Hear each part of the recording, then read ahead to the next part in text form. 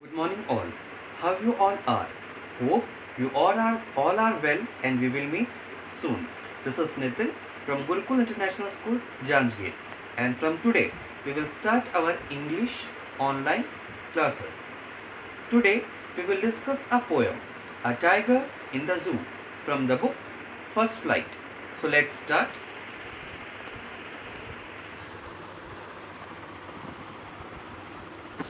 So this is the poem A Tiger in the Zoo, written by Lucille Norris.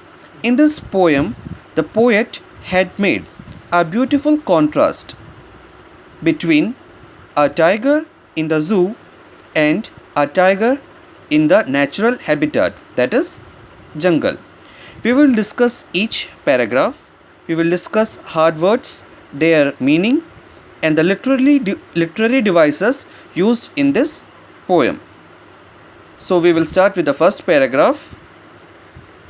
He stalks in his vivid stripes the few steps of his cage, on pads of velvet quiet in his quiet range.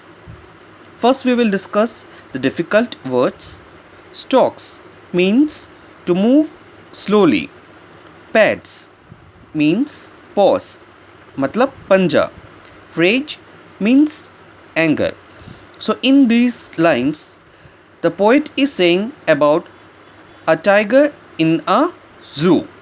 Here the poet has used pronoun he. This he represents a tiger in the zoo. The poet is saying that a poet moves slowly with his vivid stripes. Vivid stripes means you can see that the zebra has lines on his body. In the same way, you know that the tiger is having different stripes on his body. With that strips, he can move only few steps of his cage. That means his steps are limited in his cage. Then poet says about his pads, paws. That means panja. Basically, we all know that the tiger have a very sharp paws. But in this paragraph, the poet is saying that his paws are velvet white, as tiger is in a cage and he is not able to hunt. That's why the poet is saying that his sharp paws are just as a velvet white. Then you can see that in the last line, the poet had used word quiet, which means soft or peace, and rage, which means extreme anger. The poet had made a contrast use of two words which are not synonym but antonym to each other. So poet is saying that as a tiger is in the zoo, his paws are very quiet and velvet, and even his anger is also very quiet. So now we will move towards second paragraph. He should be lurking in the shadow, sliding through long grass, near the water hole where a plump deer pass. Word lurking means to hide.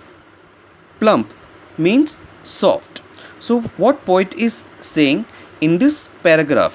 Poet is saying that he, that means a tiger, is in jungle, that is his natural habitat, not in the zoo. We can understand that because poet had given some of the examples, like he is hiding himself in the shade of long grasses, and where he is standing now, he is standing near a water hole. Water hole means the source of drinking water, like ponds, rivers, etc. And why he is hiding near a water hole? Because he want to prey a deer. Deer is believed to be a favorite prey of the tiger. So in the first paragraph, the poet had represented how a tiger will be in the zoo, and in second paragraph, the poet is saying that how a tiger will be in a jungle. We will move towards our third paragraph. He should be snarling around the houses at the jungle's edge, baring his white fangs, his claws, terrorizing the village. So first we will discuss that what the poet is trying to say. The word snarling means to make some sound. Fangs. Fangs are the teeth, basically the canine sharp teeth of a tiger. So what poet is saying? Poet is saying that the tiger is moving here and there and he is making loud noises near the jungle's edge. Jungle's edge means the outer area of a forest which is close to some city. So there are some houses. The lion is roaming there and making loud noises. He is having his sharp canine teeth and his claws, and with that he is terrorizing the village. So definitely you can understand that in these lines the poet is saying that tiger is in a zoo or a jungle. Yes, tiger is in jungle. Let's move to the fourth paragraph. But he is locked in a concrete cell, his strength behind bars stroking the length of his cage, ignoring a visitor. The word concrete means building material. So what poet is saying? The poet is saying that now a tiger is locked in a concrete cell. That means his cage. His strength is behind bars. That means he is not able to show his real power. He is just hiding himself in the cage and ignoring the visitor. So definitely you can understand that in these lines tiger is in the zoo. Let's move to the last paragraph. He hears last voice at night, the patrolling cars, and stares with his brilliant eyes at the brilliant stars.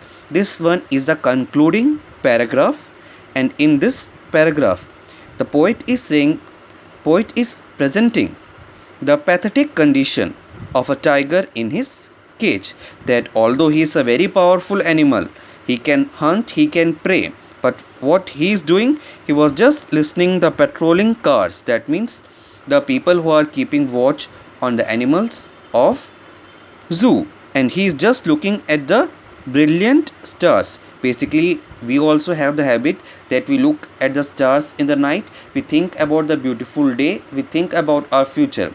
But as the tiger is in the bar, he was not able to do anything good. He was just looking at the stars and he was just thinking about his pathetic condition. So we can understand that how beautifully the poet had described and made a contrast between a tiger in the zoo and a tiger in a jungle. We will just see the rhyming scheme of the poem. A single rhyming scheme is used in all the paragraph. Just look at the last words: stripes, cage, quiet, rage. So first we will write stripes A, cage B, quiet. Quiet is not similar to stripes and cage, so we will write C. Now you can look that the word cage and rage, they both are rhyming, so we will write B. So the rhyming scheme of the poem is A, B, C, B. Hope you have understand something in this poem, and stay safe, and we will meet soon. So students, thank you.